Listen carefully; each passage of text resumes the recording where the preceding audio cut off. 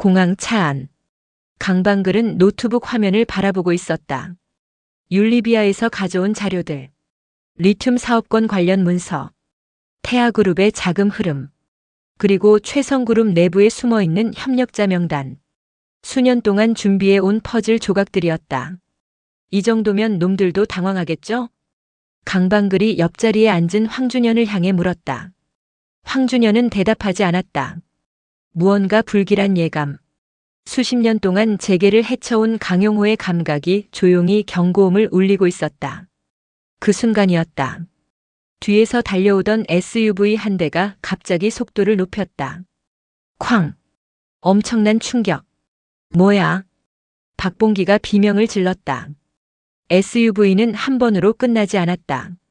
마치 먹잇감을 몰아가는 늑대처럼 다시 차체를 들이받았다. 쾅! 유리가 깨졌다. 강방글의 얼굴이 새하얗게 질렸다. 사고가 아니야. 황준현의 목소리가 차갑게 가라앉았다. 놈들이다. SUV 세 대가 순식간에 차량을 포위했다. 도로 위 추격전이 시작됐다. 결국 차량은 중앙 분리대를 들이받고 멈춰섰다. 곧이어 차 문이 열리는 소리가 들렸다. 검은 정장을 입은 남자들이 모습을 드러냈다. 강방글은 본능적으로 상황을 이해했다. 나 때문이군요. 그때 남자 하나가 강방글을 향해 달려들었다. 황준현의 눈빛이 뒤집혔다. 감히. 그는 상대를 붙잡아 도로 바닥으로 내던졌다. 그리고 이를 악물며 외쳤다. 내 딸 건드리면 싹 다 죽는다. 모든 움직임이 멈춘 것 같았다. 강방글은 그 말을 듣는 순간 숨이 막혔다. 내 딸. 그 한마디가 심장을 찔렀다. 안전가옥. 강방글은 조용히 소파에 앉아 있었다. 황준현은 맞은편에서 그녀를 바라봤다. 긴 침묵이 흘렀다. 결국 강방글이 먼저 입을 열었다. 언제부터 아셨어요? 처음부터. 그럼 왜? 미안했다. 그 말에 방글은 더 이상 버티지 못했다. 눈물이 터졌다. 12살. 미국행 비행기에 혼자 올랐던 날. 아무도 자신을 붙잡지 않았던 순간. 아버지에게 버려졌다고 생각했던 시간들. 그 모든 감정이 한꺼번에 무너져 내렸다. 황준현은 말없이 그녀를 바라보았다. 난 널 지키지 못했다. 최성그룹을 둘러싼 전쟁은 새로운 국면으로 접어들었다. 이제 황준현은 혼자가 아니었다. 그 곁에는 강방글이 있었다. 둘은 밤낮 없이 움직였다. 강방글이 15년 동안 구축한 글로벌 인맥이 하나둘 모습을 드러냈다. 뉴욕, 싱가포르, 런던. 수많은 투자자들이 최성의 편으로 움직이기 시작했다. 태아그룹이 공들여온 리튬 사업권은 조금씩 균열을 보였다. 나병모는 이를 악물었다. 감히. 하지만 흐름은 이미 바뀌고 있었다. 한편 재성과 재경의 갈등은 돌이킬 수 없는 수준까지 치달았다. 언론에는 재성의 비리가 터져나왔다. 불법 자금, 도박장 운영 의혹, 차명 투자. 기자들이 몰려들었다. 카메라 플래시가 번쩍였다. 재성은 분노했다. 다 내 짓이지? 재경도 물러서지 않았다. 약한 놈은 죽는 거야. 두 사람은 결국 본사 로비에서 몸싸움 직전까지 갔다. 최성그룹의 주가는 폭락했다. 직원들은 공포에 떨었다. 박봉기는 여전히 황준현 곁을 지켰다. 그러나 위험은 가까워지고 있었다. 늦은 밤. 주차장. 그는 괴한들에게 습격당했다. 둔탁한 충격음. 바닥에 쓰러진 박봉기의 입가에서 피가 흘렀다. 의식을 잃어가던 순간 그는 희미하게 웃었다. 준현아. 숨이 떨렸다. 난 조용히 살고 싶었는데. 그리고 눈을 감았다. 병원. 황준현은 충격에 빠졌다. 분노가 끓어올랐다. 그러나 더 큰 위기가 기다리고 있었다. 강재경이 움직이고 있었다. 강용호의 육체. 코마 상태의 회장. 그 존재 자체가 위험해진 것이다. 황준현은 병원으로 달려갔다. 복도를 가르며 뛰었다.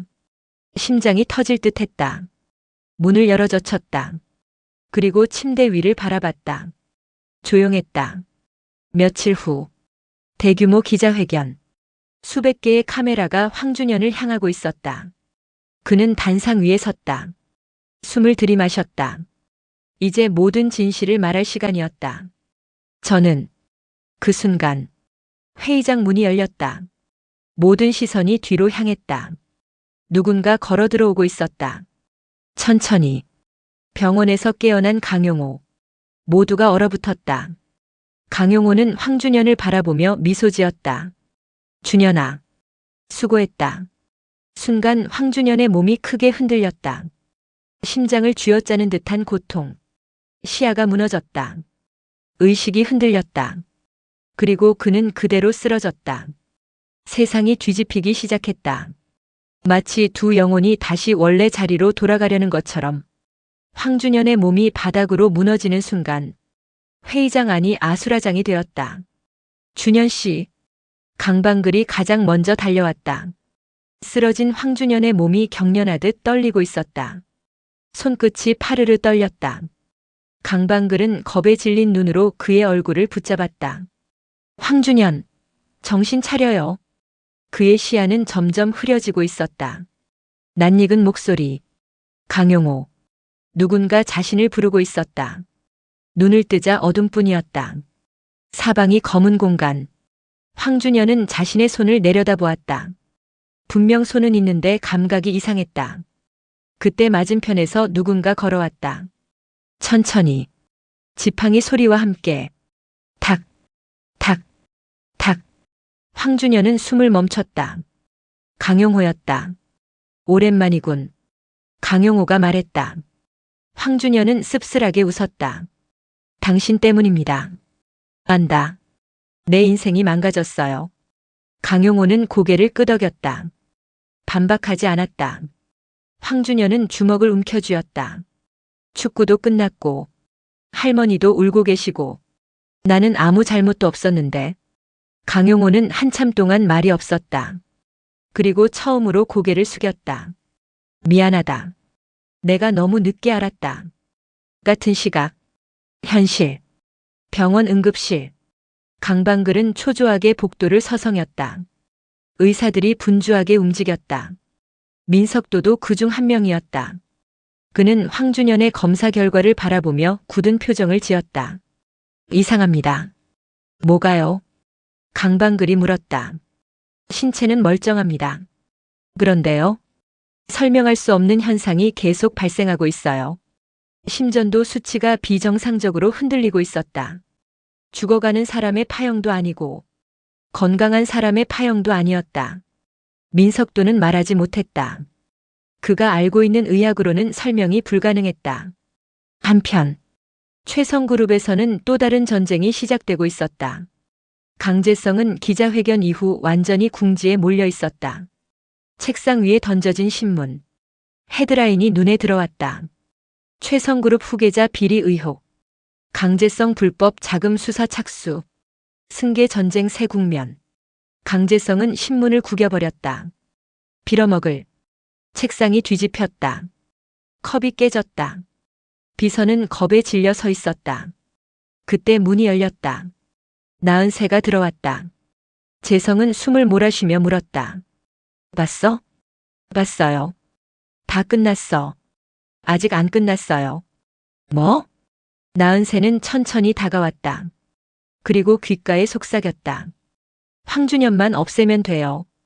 반면 강재경은 조용했다. 최성화학 사장실. 커다란 창문 앞. 재경은 서울 야경을 내려다보고 있었다.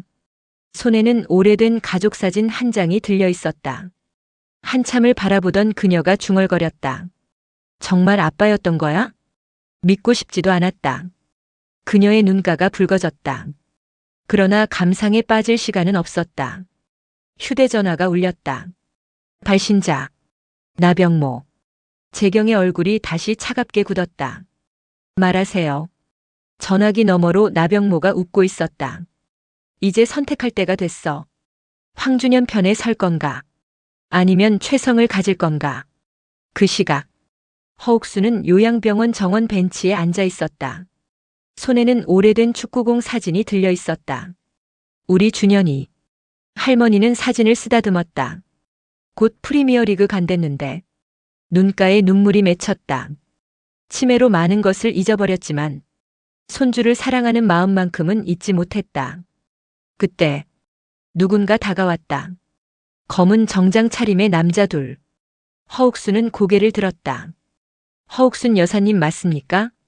순간 공기가 싸늘하게 식었다. 멀리서 이를 지켜보던 또 다른 인물. 이상재였다. 그는 즉시 휴대전화를 꺼냈다. 수신자는 강방글.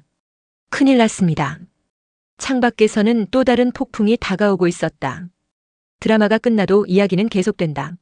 킹무비박.